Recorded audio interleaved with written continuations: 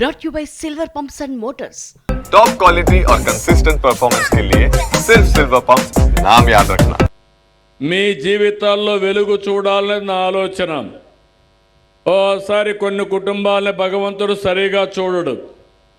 కొంతమంది దివ్యాంగులైపోతారు, కళ్ళు కనపడవు, నడవలేరు, ఇలాంటి సమస్యలు ఉంటాయి. అందుకే మీరు ఒక్కసారి చూస్తే 500 రూపాయలు పెంచింది. ఆ రోజు 500 నుంచి 3000 రూపాయలు చేశాను. 5 ఏళ్ళు 1 రూపాయి పెంచలేదు. అలాంటిది 3000 నుంచి 6000 రూపాయలు చేశాను. అంటే 500 నుంచి 6000 రూపాయలు అంటే 12 రెట్లు దివ్యాంగులకు పెన్షన్ ఇచ్చిన ఘనత ఎన్డీఏ ప్రభుత్వం అని చెప్పి కూడా నేను మీకు తెలియజేస్తున్నా. నేను చేసింది ఫేవర్ కోసరం కాదు, పేరు కోసరం కాదు, మానవత్వం కోసరం చేశా. ఆ కుటుంబాలు పడే బాధ నాకు అర్థమవుతుంది.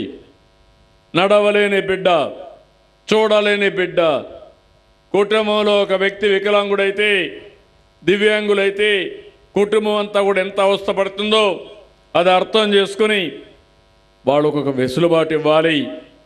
దేవుడు సరిగా చూడకపోయినా ఒక ముఖ్యమంత్రిగా, మానవత్వం ఉండే వ్యక్తిగా వాళ్ళని ఆదుకోవాలనే ఉద్దేశంతో వాళ్ళకు అండగా నిలబడ్డానని చెప్పి మరొక్కసారి మీ అందరికీ విజ్ఞప్తి చేస్తున్నా.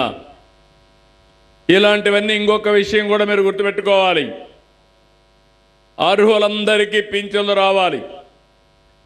అనర్హులకు అందరికీ పింఛన్లు ఇవ్వడానికి వీలు లేదు.